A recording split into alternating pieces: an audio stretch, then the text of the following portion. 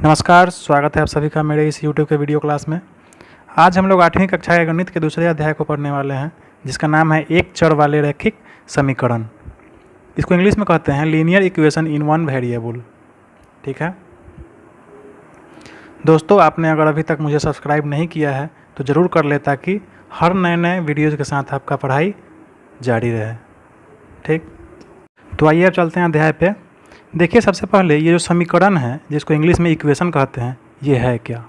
आइए इसे हम एक उदाहरण से समझते हैं। यहाँ देखिए एक उदाहरण है, 2x + 4 = 12। यहाँ दो पद को बराबर करने का प्रयास किया गया है। देखिए यही समीकरण है, 2x + 4 = 12, यही समीकरण है। कहने का मतलब कि x के जगह पर हम क्या मान रखें कि इधर भी इस टोटल का मान जो है कितना आ जाए, 12 आ जाए। ठीक, यहाँ देखिए तराजू पे इस दोनों को क्या किया गया है, बैलेंस करने का प्रयास किया गया है, मतलब बराबर करने का प्रयास किया गया है। तो x का मान हम यहाँ पे क्या रखें कि इसका मान पूरा क्या हो जाए, इतना के बराबर हो जाए। यही समीकरण है, ये एकदम हल्का है, आप इसे आसानी से बना पाएंगे आगे अभ्यास में। अब चलिए इस अध्याय में हम दो शब्दों को समझने का प्रयत्न करते हैं। पहला है चर और दूसरा है अचर। ठीक, यहाँ देखिए पहला जो शब्द है वह क्या है, चर, और दूसरा है अचर। चर को इंग्लिश में बोलते हैं वेरिएबल और अचर को इंग्लिश में बोलते हैं कांस्टेंट। ठीक है, तो जैसे एक उदाहरण प्रश्न लिए हैं, 2x + 4 = कितना है, 12। तो देखिए यहाँ 2, 4 और 12, इस तीनों का मान बदल सकता है? नहीं बदल सकता। ये जितना है उतना ही रहेगा। ये 2 है 2 ही रहेगा, 4 है 4 ही रहेगा, ये 12 है तो 12 ही रहेगा। तो ये तीनों जो है वह क्या हो गया, ये कांस्टेंट हो गया, अचर, क्योंकि इसका वैल्यू नहीं बदल सकता है। ठीक, अच्छा, लेकिन ये जो x है, ये x के जगह पर कुछ भी हो सकता है, इसलिए यह जो है यह चर हो गया। ठीक, इसको इंग्लिश में कहते हैं वेरिएबल। ठीक है, तो चर क्या है और अचर क्या है आप समझ गए। अब आइए हम देखते हैं कि समीकरण को हम हल कैसे करते हैं। तो जैसे मैंने एक उदाहरण ले लिया, 2x + 4 = 12। तो देखिए इधर एक पद है और इधर एक पद है। इसमें हमको करना क्या होता है कि ये जो चर है x, इसका मान ज्ञात करना होता है। इसके लिए गणित की जो 4 मौलिक क्रियाएं हैं, plus, minus, into, multiply, divide, मतलब जोड़ घटाव गुना भाग, इसको इधर से उधर और उधर से इधर करके हम समीकरण को क्या करते हैं, हल करते हैं। तो आप इस चीज़ को याद कर लें कि जैसे मान लीजिए इधर प्लस है, जोड़ है, और ये = के जब इधर जाएगा तो ये क्या हो जाएगा, ये घटाव में बदल जाएगा। ठीक है, जैसे ये +4 है तो इधर जाएगा तो घटाव 4 हो जाएगा। उसी तरह अगर मान लीजिए इधर माइनस है, घटाव है, और जब ये घटाव = के बराबर के इधर जाएगा तो ये जोड़ हो जाएगा। ठीक, अच्छा, अब मान लीजिए इधर गुना है और ये जो गुना = के इस तरफ जाएगा तो ये गुना भाग में बदल जाएगा। ठीक, अच्छा, मान लीजिए अब कोई इधर भाग है, ये जब = के इधर जाएगा तो ये भाग जो है ये किस में बदल जाएगा, गुना में बदल जाएगा। समझ गए। उसी तरह इधर से आप इधर लाएंगे तो घटाव, इधर लाएंगे तो प्लस जोड़ हो जाएगा। इधर जोड़ से इधर लाएंगे तो इधर घटाव हो जाएगा। भाग इधर से इधर लाएंगे तो गुना हो जाएगा। गुना इधर से इधर लाएंगे तो भाग हो जाएगा। ठीक है, तो इस चीज़ को आपको क्या करना है, इस चीज़ को आपको ध्यान में रखना है। सारे प्रश्न जो आप अभ्यास प्रश्न बनाएंगे उसमें इन्हीं क्रियाओं का योगदान रहेगा। ठीक है, तो आइए अब इस अध्याय के प्रश्नावली 2.1 को हम हल करें। हम एक एक करके सभी प्रश्नों को हल करेंगे और आपसे अनुरोध है कि पहले आप खुद से इस प्रश्नावली का हल करने का प्रयास करें और समस्या उत्पन्न होने पर ही मेरे आगे वीडियो का सहारा लें। ठीक है,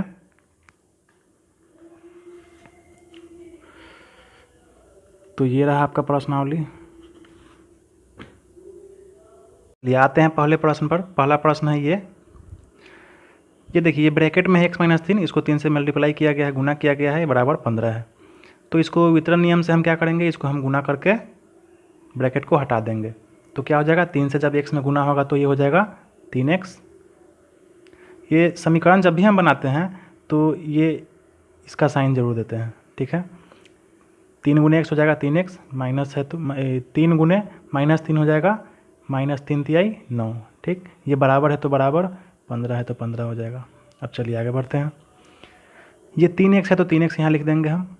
अब देखिए इस -x को उठा के जब हम इधर ले जाएंगे तो आपको पता है माइनस क्या हो जाता है, प्लस हो जाता है। तो ये क्या हो जाएगा, 15 + 9, ठीक। अब आगे देखिए 3x बराबर 15 + 9 कितना हुआ, 24, ठीक। अब देखिए 3 गुना में है, ठीक। जब ये गुना में है तो इधर जाएगा तो क्या हो जाएगा, भाग में हो जाएगा, आपको हम बताए हैं। तो x बराबर 24/3 हो जाएगा। अब ये 3 से कितना मरतबे कटेगा, 8 मरतबे। अतः ये x बराबर क्या हो गया, 8, आंसर हो गया। अब देखिए दूसरा प्रश्न है x/2 - 7 बराबर 15। तो यहाँ इसको हम कैसे बनाएंगे, ये देखिए x/2 उतना ही रह जाएगा। ये देखिए -7 जो है जब इधर जाएगा तो क्या हो जाएगा, +7 हो जाएगा।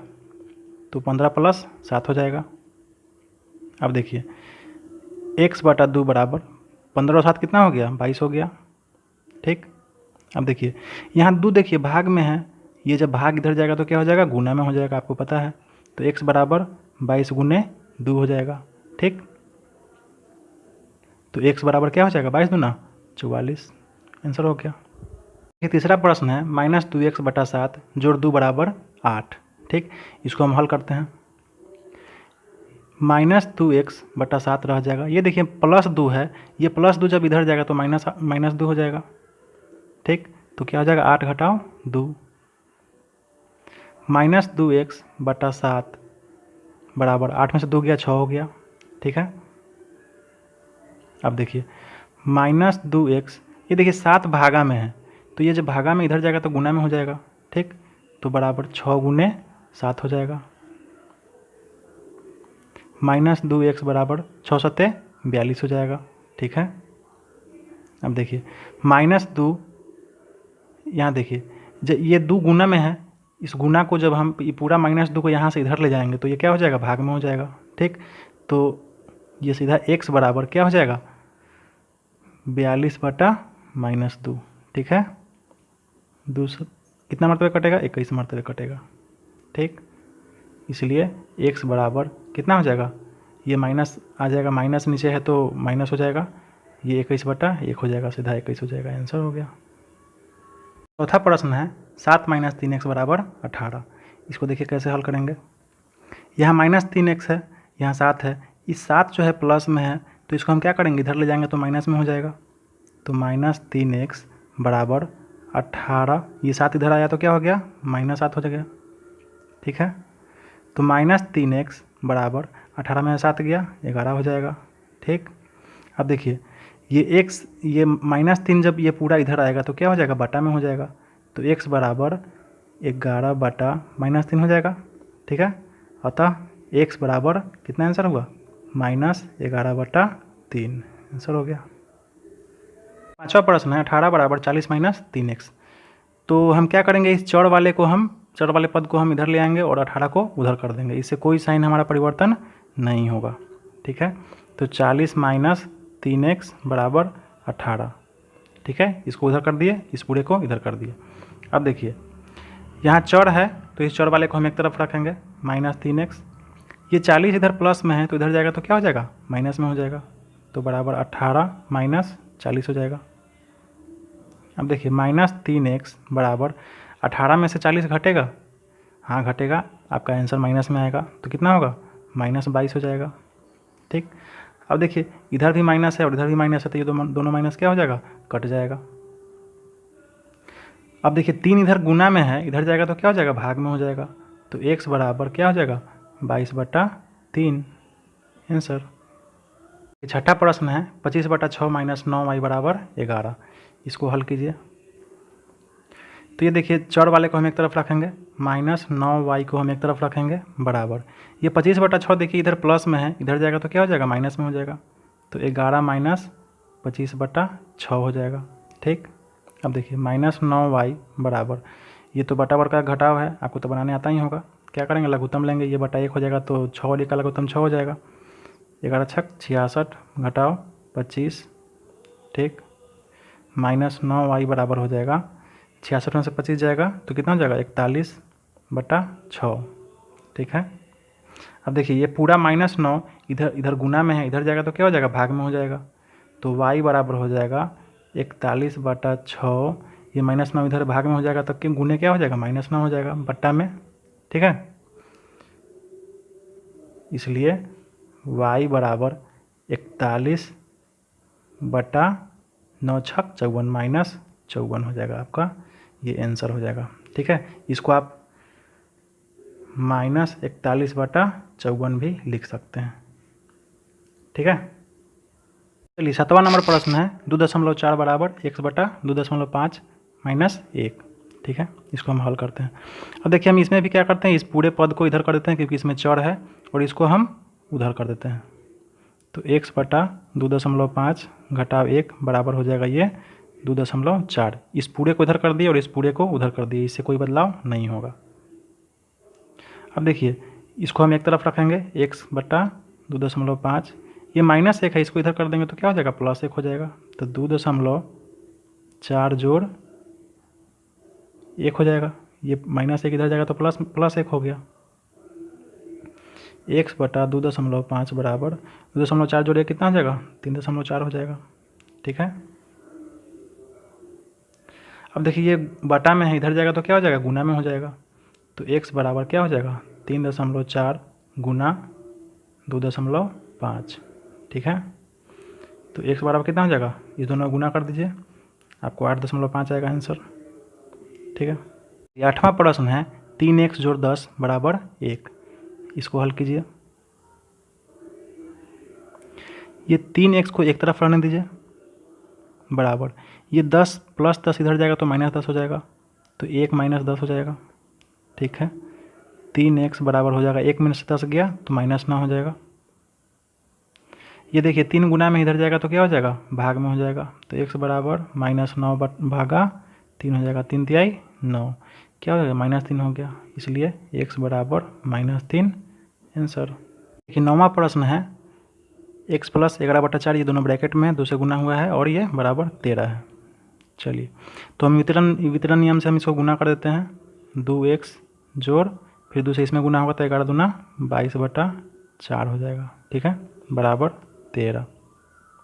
अब देखिए 2x को एक तरफ रखेंगे बराबर, इस +22/4 को हम इधर ले जाएंगे तो -22/4 हो जाएगा। 13 - 22/4। ठीक है। 2x बराबर, अब आप 13 में से 22/4 को घटाएंगे। ठीक है।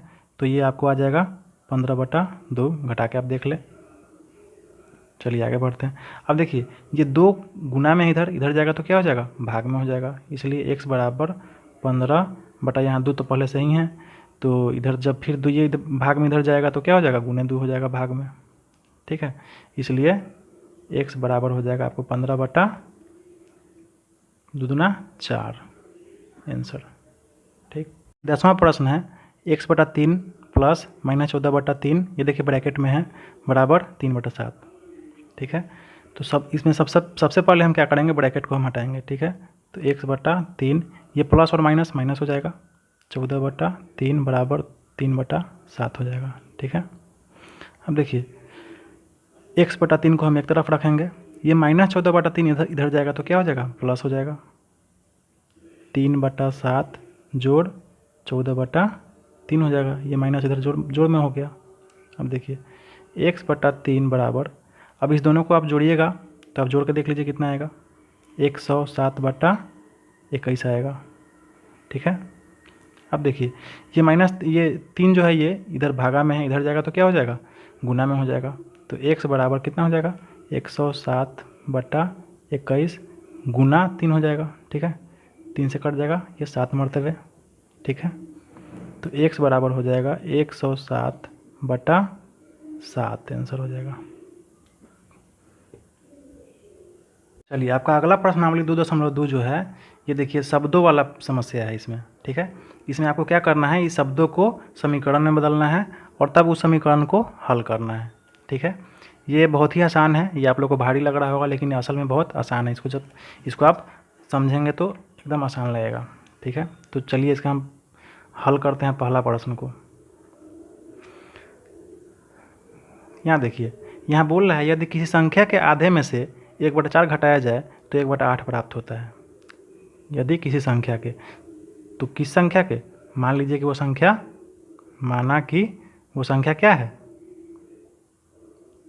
x है, ठीक है।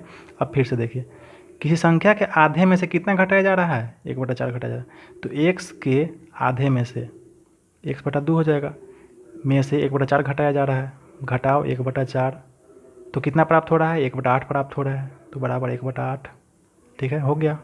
अब इसको आप आसानी से हल कर लीजिए, आपका आंसर हो जाएगा। देखिए कैसे हल करेंगे। x/2 है, ये माइनस 1/4 इधर जाएगा तो प्लस हो जाएगा, बराबर 1/8 प्लस 1/4 हो जाएगा, ठीक है। x/2 बराबर, इसको आप जोड़ेंगे तो ये हो जाएगा आपका 3/8 हो जाएगा आंसर, ठीक है। इसको जोड़ेंगे तो आप जोड़ के देख लीजिएगा। अब देखिए, यहाँ 2 क्या है, भाग में है, इधर जाएगा तो क्या हो जाएगा, गुना में हो जाएगा, तो x बराबर 3 दूना 6/8 हो जाएगा, ठीक है। ये 2 तिहाई 6, 2 चौका 8 कट गया, तो x बराबर कितना हो गया, 3/4 आंसर हो गया। तो जो संख्या आप माने तो वह कितना है, 3/4 संख्या था। ये अगला प्रश्न है, यदि किसी आयत की लंबाई और चौड़ाई का अंतर 5 मीटर हो और परिमिति 110 मीटर हो तो लंबाई एवं चौड़ाई ज्ञात करें, ठीक है। तो हम क्या करेंगे, माना कि लंबाई बराबर क्या, x, ठीक है। अब देखिए, लंबाई और चौड़ाई का अंतर कितना है, 5 मीटर है, तो लंबाई अगर x है तो चौड़ाई जाहिर सी बात है कितना हो जाएगा, x - 5 हो जाएगा, तब नहीं दोनों का अंतर 5 होगा, ठीक है। अब देखिए, अब क्या कह रहा है, ये परिमिति कितना है, 110, परिमाप कितना है, 110। तो आपको पता है परिमाप बराबर जो होता है किसी आयत का, क्या होता है, आयत का परिमाप बराबर होता है 2 गुने लंबाई जोड़ चौड़ाई, ठीक है। तो अब इसको बनाइए, 2 गुने लंबाई आप कितना माने हैं, यहाँ देखिए x माने हैं, जोड़ चौड़ाई कितना है आपका, x - 5 है, x - 5 है, बराबर परिमाप कितना है आपका, 110 है, ठीक है।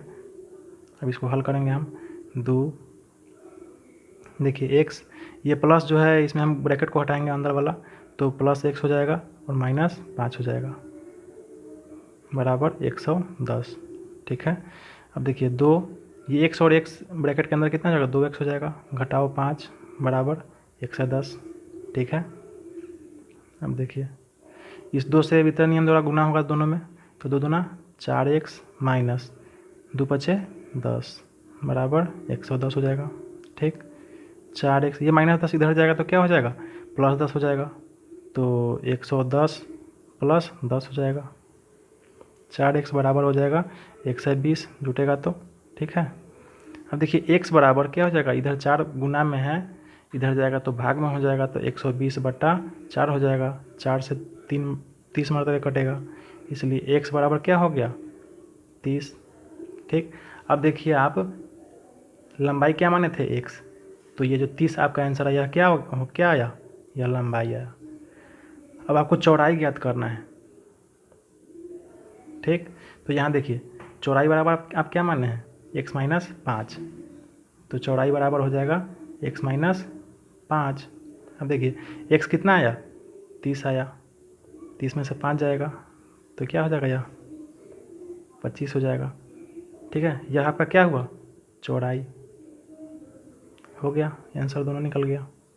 ये अगला प्रश्न है, चीनी के मूल्य में 25% की वृद्धि होने पर अब 1 किलो चीनी का मूल्य कितना हो गया, 32 रुपया हो गया। तो प्रारंभ में चीनी का मूल्य कितना था, ठीक है। तो देखिए, प्रारंभ में चीनी का मूल्य, मान लीजिए प्रारंभ में चीनी का मूल्य मान लीजिए 100 रुपया था, ठीक है। तो अब देखिए, चीनी के मूल्य में कितना वृद्धि हुआ, 25% वृद्धि हुआ, तो x में कितना वृद्धि हुआ, x का 25% वृद्धि हुआ। प्रतिशत जब हम बनाते हैं तो ऐसे ही बनाते हैं, x का 25% कितना हुआ, x में वृद्धि हुआ, तो अब कितना हो गया, 32 रुपया हो गया, बराबर 32 रुपया, अब ये हमारा समीकरण हो गया। अब हम इसको क्या करेंगे, अब इसको हम हल करेंगे। देखिए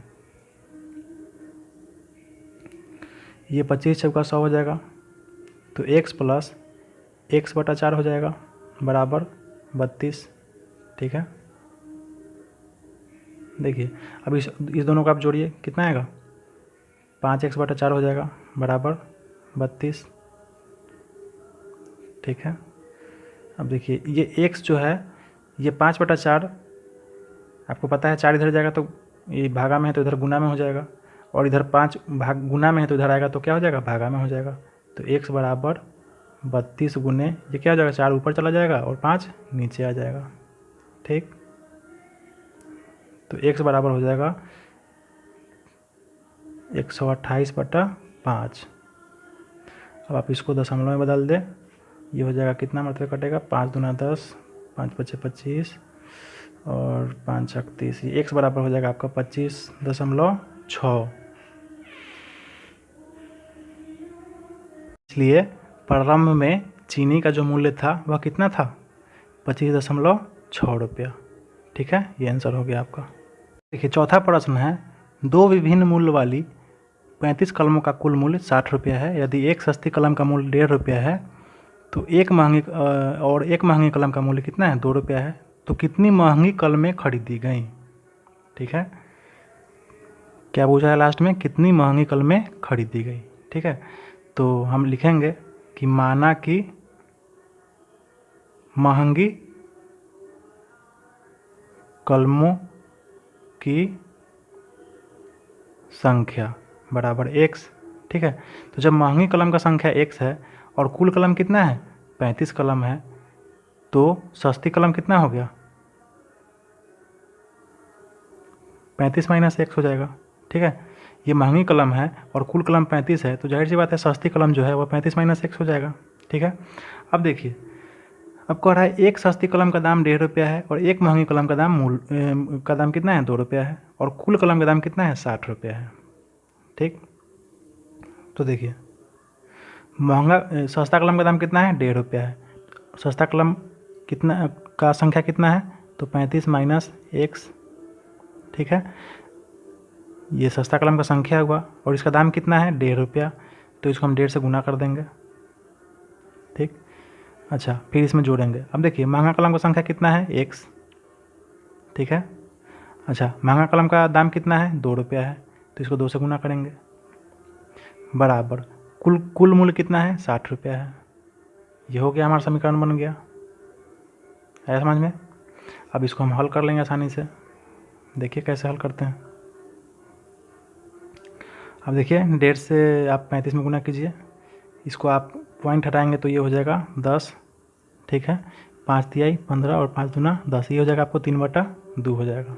ठीक है, अब आप इसको गुना करते चल जाइए आराम से, ये 105/2 हो जाएगा 35 से जब गुना कीजिएगा तो। ठीक, फिर 3/2 को -1 से गुना कीजिएगा तो ये हो जाएगा -3/2x।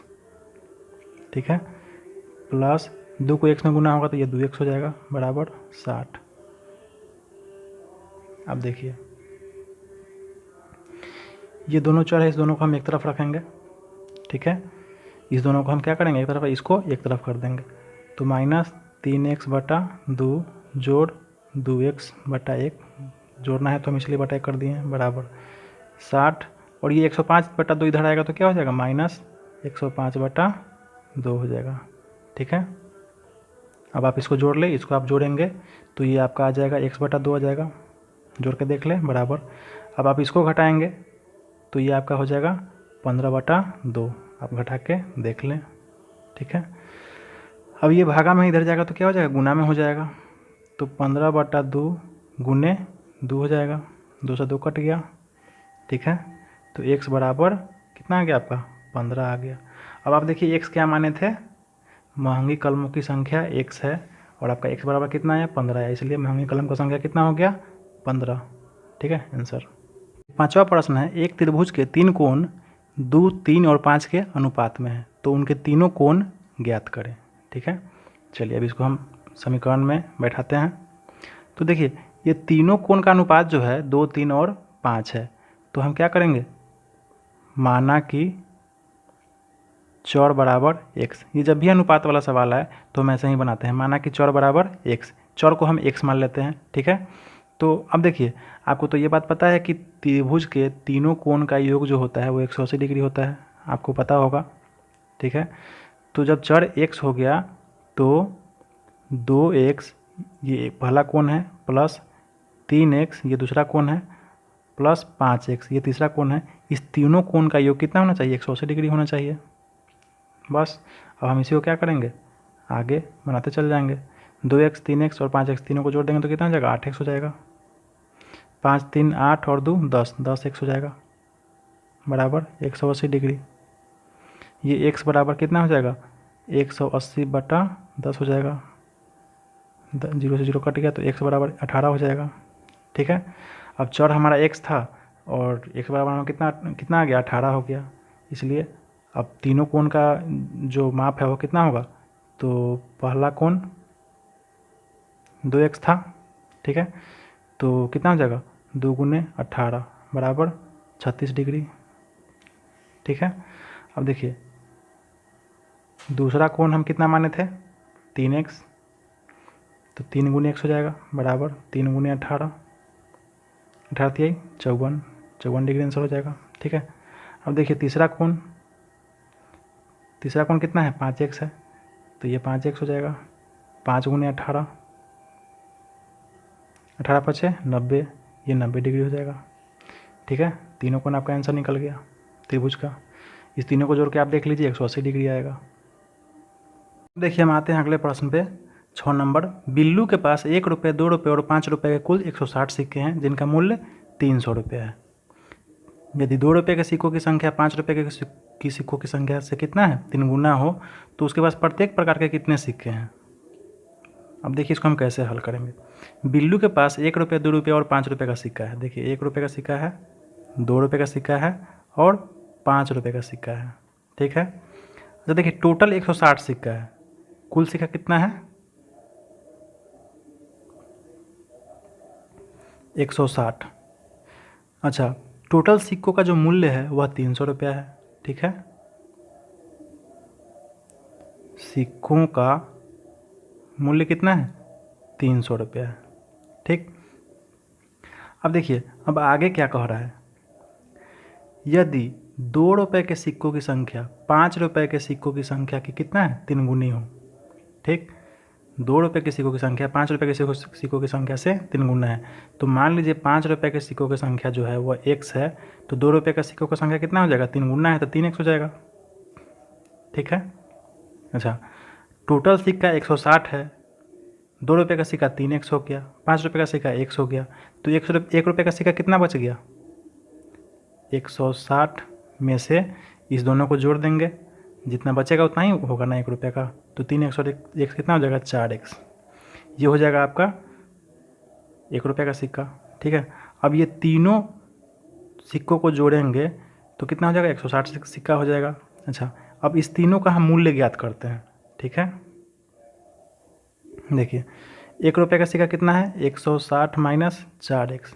जब इसको हम 1 रुपया से गुना कर देंगे तो 1 रुपये का कुल मूल्य आ जाएगा 1 रुपये का सिक्का का, प्लस 2 रुपये का सिक्का का संख्या 3x है, तो 3x में हम 2 रुपये से गुना कर देंगे तो इसका 2 रुपये का सिक्का का मूल्य आ जाएगा, प्लस 5 रुपये का सिक्का x है, तो x में हम 5 रुपये से गुना कर देंगे तो 5 रुपये का सिक्का का मूल्य आ जाएगा। अच्छा, टोटल मूल्य कितना है, 300 रुपया है, ठीक। ये अब आपका बन गया समीकरण। अब इसको आप हल कर ले आसानी से, देखिए कैसे हल होगा।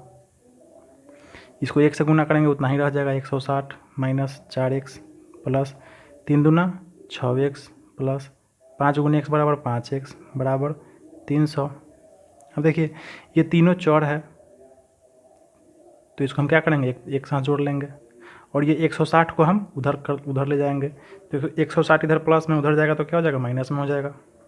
पहले इस तीनों को जोड़िए, इस तीनों को जोड़िएगा तो कितना आ जाएगा, 6 में से 4 गया तो ये हो जाएगा 2x प्लस 5x 7x हो जाएगा बराबर 300। 160 इधर आया तो क्या हो जाएगा, माइनस 160। 7x बराबर हो जाएगा 300 में से 160 जाएगा तो बच जाएगा 140। ठीक है, x बराबर देखिए 7 गुना में इधर जाएगा तो भाग में हो जाएगा 140/7, ये 20 मरतबे कट गया। ठीक है, तो x बराबर क्या हो जाएगा 20। ठीक है, अब देखिए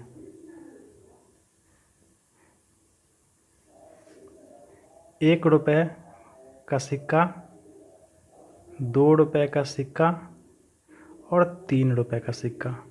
1 रुपये का सिक्का कितना था, यहाँ देखिए 160 माइनस 4x, 2 रुपये का 3x और 5 रुपये का था x, उतना ही लिख दें। 160 माइनस 4x, 2 रुपये का सिक्का था 3x, 5 रुपये का सिक्का था x। तो 5 रुपये का सिक्का x था तो x का मान यहाँ 20 आ गया, तो 5 रुपये का सिक्का कितना हो गया 20 रुपया, 20 गो हो गया सिक्का। ठीक है, अच्छा ये 2 रुपये का सिक्का कितना है 3x है, तो कितना हो जाएगा 3 गुने 20 हो जाएगा, क्योंकि x बराबर 20 है। ठीक है, तो 20 तिहाई 60, 2 रुपये का सिक्का 60 गो हो जाएगा। ठीक है, 1 रुपये का सिक्का कितना हो जाएगा 160 माइनस 4x।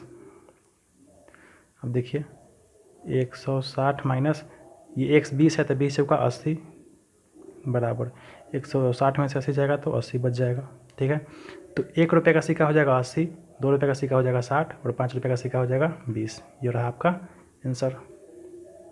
अब देखिए अगला प्रश्न है, पिता ने अपने 3 संतानों के बीच संपत्ति का बंटवारा किया 1, 2 और 3 के अनुपात में। ठीक है, और अपने लिए 1 लाख रुपया रखा और कुल संपत्ति उसके पास कितना था 2.5 लाख रुपया था।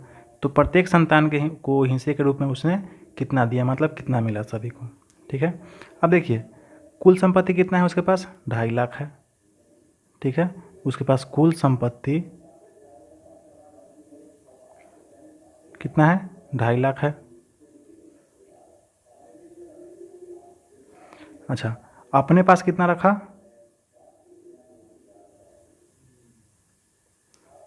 1 लाख रुपया रखा अपने लिए। ठीक है, तो संतानों को कितना दिया, इतना में से इतना घट जाएगा, कुल इतना था और अपने लिए इतना रख दिया बचा लिया, तो अपने संतानों को कितना दिया 2.5 लाख मतलब में से 1 लाख गया तो बच गया 1.5 लाख। इतना पैसा वह कितना किसको दिया संतान को दिया आपने। अच्छा, किस अनुपात में दिया, तो 1 और 2 और 3 के अनुपात में। ठीक है, देखिए माना कि चौर बराबर x, तो पहला संतान को कितना दिया 1x, दूसरे संतान को दिया 2x और तीसरे संतान को दिया 3x। ठीक है, तो तीनों संतान को वह कितना दिया 1x plus 2x plus 3x। ये पहला संतान को का हिस्सा है, दूसरा संतान का हिस्सा है और तीसरा संतान का हिस्सा है। अब ये तीनों को जब जोड़ेंगे तो यह हमारा कितना आना चाहिए 1.5 लाख रुपया आना चाहिए। ठीक है, अब ये समीकरण हो गया। अब इसको हल कर ले आसानी से, 1 2 2 1 3 और 3 6, 6x बराबर 1.5 लाख, x बराबर ये 6 इधर जाकर भाग में हो जाएगा। ठीक है, अब इसको काट ले, 6 दूना 12, 6 पचे 30, x बराबर 25,000। ठीक है, अब देखिए पहला संतान को कितना मिला है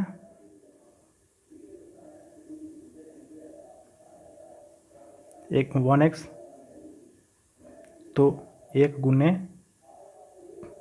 25,000 बराबर कितना हो गया 25,000। ये फर्स्ट संतान को मिला। ठीक है, अच्छा दूसरा संतान को कितना मिला, दूसरा संतान को देखिए 2x है, तो 2 गुने 25,000 बराबर 50,000। दूसरा संतान को कितना मिला 50,000 रुपया मिला। अब देखिए तीसरा को कितना मिला 3 गुने x, तो 3 गुने 25,000 कितना हो गया 75,000। तो तीसरे संतान को कितना मिला 75,000। हो गया आपका आंसर तीनों का। चलिए अब 8वां प्रश्न पर आते हैं। 8वां प्रश्न है 11 के लगातार 3 गुणजों का योग 231 है, तो उन्हें ज्ञात कीजिए। ठीक है, तो माना कि पहला गुणज x है। देखिए लगातार तीन गुणज का बात हो रहा है, तो मान लीजिए कि पहला गुणज x है तो दूसरा कितना हो जाएगा x+1, और उसी तरह तीसरा कितना हो जाएगा x+2। ये लगातार तीन गुणज हो गया, ठीक है। अब इसका योग कितना है 231 है, ठीक है। तो अब इसको 11 से आप क्या कीजिए, तीनों को गुना करके जोड़ दीजिए, तो हो जाएगा आपका 231। देखिए पहला गुना से गुना कीजिए 11 में, x हो जाएगा, जोड़, फिर 11 में दूसरे गुना से गुना कीजिए x+1, फिर 11 में जोड़ के फिर 11 में तीसरे गुना से गुना कीजिए x+2, ठीक है।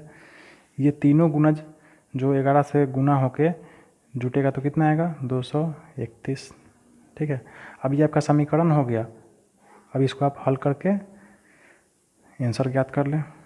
चलिए इसको गुना कीजिए, 11x प्लस 11x, 11 गुने 1 बराबर हो जाएगा 11, प्लस फिर 11 से x में गुना होगा तो 11x हो जाएगा, जोड़, फिर 11 दूना 22 बराबर 231। ये तीनों चर है, इसको जोड़ लीजिए तो 33x हो जाएगा, प्लस ये 11 और 22 हो जाएगा 33 बराबर 231। अब देखिए ये प्लस 33 को उधर ले जाएंगे तो माइनस हो जाएगा, 33x बराबर 231। ये 33 इधर जाएगा तो माइनस हो जाएगा, 33x बराबर ये 231 में 33 जाएगा तो 198 बचेगा, ठीक है। ये 33 से 198 कट जाएगा 6 मरतबे। ये 33 इधर जाएगा तो भाग में हो जाएगा, तो भाग में तो कट जाएगा आसानी से।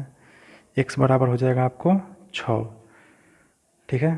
तो हम पहला गुणज माने थे x, तो पहला गुणज आपका कितना हुआ 6, ठीक। उसी तरह दूसरा गुणज कितना हुआ x+1 था तो 6 + 1 हो जाएगा बराबर 7। उसी तरह तीसरा गुणज कितना होगा, x+2 था तीसरा, तो 6 + 2 हो जाएगा बराबर 8। पहला गुणज 6, दूसरा 7 और तीसरा 8, ठीक है। तो 11 छक 66, 11 सते 77 और 11 आठे 88। पहला हो जाएगा 66, दूसरा हो जाएगा 77 और तीसरा हो जाएगा 88। यही 11 का तीनों गुणज होगा आपका आंसर, ठीक है। अब देखिए अगला प्रश्न है, किसी विद्यालय में आयोजित बाल मेले में प्रत्येक विजेता छात्र को 2 कलम एवं विजेता को छोड़कर से सभी प्रतिभागियों को 1 कलम दिया गया। यदि 100 छात्रों के बीच 120 कलम दिए गए तो विजेताओं की संख्या ज्ञात कीजिए, ठीक है। विजेता को 2 कलम मिला है और जो विजेता नहीं है उसको 1 कलम मिला है। तो इसको बनाते हैं हम। तो माना कि विजेताओं की संख्या x है, ठीक है। अच्छा, और जो विजेता नहीं है उनका संख्या कितना हो जाएगा, जो विजेता नहीं है उनका संख्या हो जाएगा 100 - x, क्योंकि कुल छात्र जो है देखिए यहाँ 100 है, ठीक है। और हम विजेता का संख्या मान लिए हैं x, तो जो विजेता नहीं है वो हो जाएगा 100 - x, ठीक है। अब देखिए विजेता को मिला है 2 कलम तो 2 से गुना हो जाएगा, प्लस जो विजेता नहीं है उसको मिला है 1 कलम तो 1 से गुना हो जाएगा, ठीक है। अब ये दोनों को जोड़ के कितना है हमारे पास 120 कलम है। ये हमारा समीकरण बैठ गया, ठीक। अब हम क्या करेंगे, अब इसको हम हल कर लेंगे। 2 से 2 गुने x हो जाएगा 2x, प्लस इसको गुना कीजिए 100 हो जाएगा, -1 × x हो जाएगा -x हो जाएगा बराबर 120। अब देखिए 2x में से x जाएगा तो x बच जाएगा बराबर ये 100 इधर जाएगा तो माइनस में हो जाएगा, तो 120 - 100, ठीक है। x बराबर कितना आ गया 20, ठीक है। तो x क्या माने थे, विजेताओं की संख्या, अतः विजेताओं की संख्या कितना है 20 है आंसर। अब चलिए अगला प्रश्न है, रवि के पिता की वर्तमान उम्र से 3 गुने से 5 वर्ष अधिक है। 5 वर्ष बाद उनकी उम्रों का योग 47 वर्ष होगा, तो दोनों की वर्तमान उम्र ज्ञात कीजिए, ठीक है। अब देखिए रवि के पिता की वर्तमान उम्र कितना है, रवि की उम्र से 3 गुने से 5 वर्ष अधिक है। तो माना कि रवि का वर्तमान उम्र x, ठीक है, तो उसके पिता का उम्र कितना हो जाएगा, यहाँ गौर से देखिए, पिता का वर्तमान उम्र रवि के वर्तमान उम्र से 3 गुने से 5 वर्ष अधिक है, मतलब जितना रवि का है उसका 3 गुना से 5 वर्ष अधिक है, मतलब 5 ज़्यादा है, ठीक है। तो रवि का अगर x है तो उसके पिता का हो जाएगा 3x + 5। अब देखिए 5 वर्ष बाद उनकी उम्र का आयु कितना है, 47 है। अब 5 वर्ष बाद जब हम जोड़ेंगे तो 5 वर्ष इसमें भी बढ़ेगा और इसमें भी बढ़ेगा, ठीक है। तो x + 5 जोड़ ये हो गया रवि का उम्र 5 साल बाद, ठीक है। अच्छा उसके पिता का उम्र 5 साल बाद कितना हो जाएगा, 3x + 5, ये तो अभी का है, 5 साल बाद और 5 साल जुड़ जाएगा, तो ये उसके पिता का उम्र हो जाएगा 5 साल बाद। अच्छा ये दोनों का जुट के जो कितना हो रहा है, 47 हो रहा है। ये आपका समीकरण बैठ गया। अब आप इसको हल कर लें, x + 5 जोड़ 3x + 5 जोड़ 5 बराबर 47। x और 3x हो जाएगा 4x, 5 5 10 5 15 जोड़ 15 बराबर 47, ठीक है। 4x बराबर ये 15 जाके इधर घटेगा तो 47 में से 15 जाएगा तो कितना हो जाएगा, 32। 4 से ये कट जाएगा, 8 मरतबे x बराबर 32। हम x क्या माने थे, रवि का उम्र, ठीक है। तो रवि का उम्र हो जाएगा 8। अच्छा उसके पिता का उम्र हम कितना माने थे, 3x + 5, 3x + 5। अब देखिए x का मान तो रवि का 8 आ गया, तो 3 गुने 8 जोड़ 5 बराबर हो जाएगा 8 8 3 24, 24 और 5 29। तो रवि का उम्र 8 साल और उसके पिता का उम्र 29 साल। आंसर।